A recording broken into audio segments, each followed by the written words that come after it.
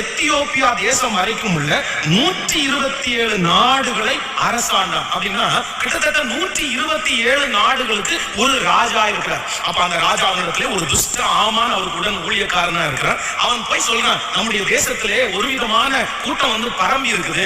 அந்த கூட்டத்தினுடைய செய்கை, அந்த கூட்டத்தினுடைய எண்ணம் எல்லாம் நமக்கு ரொம்ப வித்தியாசமா இருக்குது. அவங்க வித்தியாசமான ஒரு மதத்தை பரப்புறாங்க, வித்தியாசமான ஒரு காரியத்தை ஜனங்களுக்குள்ள சொல்லி இருக்காங்க. இவர்களை இப்படியே விட்டுட்டோம் அப்படின்னா இவர்கள் நம்மளை அழிச்சுவாங்க, நம்முடைய கலாச்சாரத்தை மாத்திடுவாங்க, நம்முடைய குடும்பங்களை எல்லாம் கெடுத்துருவாங்க அப்படின்னு சொல்லி வேதம் சொல்லுறது. அந்த அகாஸ்வேரு தன்னுடைய ராஜாவினிடத்திலிருந்து கையெழுத்து போட்ட ஒரு முத்திரையை வாங்க இப்போ எல்லாருக்கும் கொடுத்து அனுப்பப்படுகிறது. ஒரு டேட்டை பிக்ஸ் பண்ணி ஆதார் மாதம் இத்தனாம் தேதி இத்தனாம் நாளுல எல்லாரும் ரெடியா இருங்க.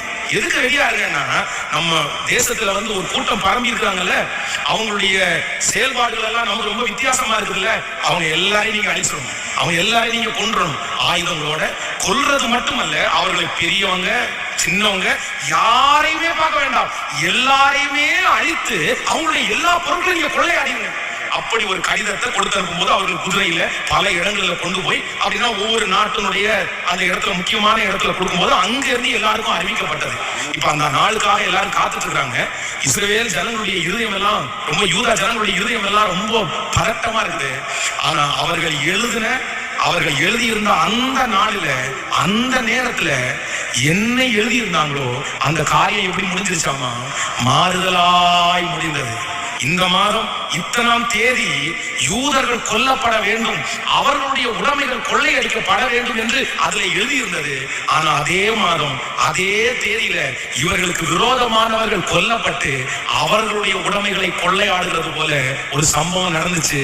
காரியம் மாறுதலாய் முடிந்தது. இந்த சத்தத்தை கேட்கிற அன்பு ஆண்டவருடைய பிள்ளைகளே, நீங்கள் ஒருவேளை இனி நடக்க போகிற ஒரு காரியத்தை குறித்து இது எப்படி நடக்குமோ என்று நீங்கள் நினைக்கலாம். இந்த காரியத்தினுடைய தாக்கம் ரொம்ப பெருசா இருக்குமோ, இதனால நான் ரொம்ப பாதிக்கப்பட்டுருவேனோ, இது என்னுடைய எதிர்காலத்துக்கு ரொம்ப ஆபத்தாய் முடிந்துருமோ, இது என்னுடைய பேரை கெடுத்துருமோ, இது என்ன நடுத்தெருவுக்கு கொண்டு வந்துருமோ. இதே போல இனி நடக்க போகிற ஒரு காரியத்தை குறித்து நீங்கள் கலங்கி கொண்டிருப்பீர்களே, ஆனால் ஆண்டவர் முதலாவதாக வாக்கு கொடுக்கிறார், காரியத்தை மாறுதலாய் கர்த்தர் முடிய பண்ணுவார். அவர்கள் சொன்னது போல் நடக்கப்படுவதில்லை, அந்த எழுத்திலே எழுதினது போல நடக்கப்படுவதில்லை, அவர்களுக்கு எழுதினதற்கு மாறாக நடக்க போகிறது, அவர்கள் சொன்னதற்கு மாறாக நடக்க போகிறது. சத்தமாய் ஆமென் சொல்லுங்க. உங்கள் சொந்தங்கள் எழுதினதை கர்த்தர் மாற்றி எழுத போகிறார். உங்களுக்கு விரோதமானவர்கள் எழுதினதை கர்த்தர் மாற்றி எழுத போகிறார். இப்பொழுது இந்த ஆராதனை நேரத்தில் இந்த சத்தத்தை கேட்டுக் கொண்டிருக்கும் போது உனக்காக எழுதப்பட்ட அந்த எழுத்து மாற்றி அமைக்கப்படுகிறது. உங்கள் குடும்பத்தை குறித்து எழுதப்படுகிற எழுத்து மாற்றி அமைக்கப்படுகிறது. உங்கள் பிள்ளைகளை குறித்து எழுதப்பட்ட எழுத்து